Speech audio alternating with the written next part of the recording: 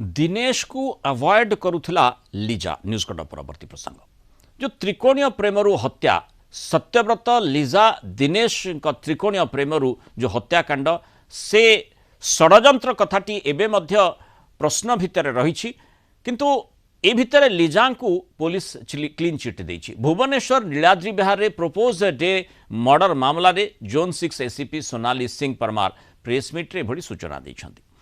हत्याकांड रे लिजा विरोध में प्रमाण मिलनी बोली कहते हत्या करिथिबा सत्यव्रत को पूर्वर जानी नथिला दिनेश लिजा सह सत्यव्रत को देखी उत्त्यक्त हुई हत्या करिथिला ताकू एबे सुधा किंतु हत्या पछर जो षडयंत्र कन्स्पिरेसी एंगल टी स्पष्ट होई नाही बोली एसीपी सूचना दैछन्ति।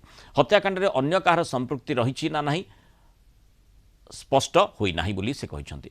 क्राइम स्पॉट रे ने अभियुक्त दिनेश डेमो देखी क्राइम स्पॉट रे दिनेश को नहीं पुलिस सीन रिक्रिएट करिछि केमिति हत्याकांड होइथिला दिनेश देखी लिजा सह दिनेश दीर्घ दिन संपर्क थिला हेले 2 मास हैला लिजा ताकू अवॉइड करुथिला बोली कहा जाउछि। फोन धरु नथिला कि वीडियो कॉल रिसीव करू नथिला। प्रपोज डे दिन लिजा पाखकू दिनेश आसीथिला और घर भितर लिजा सह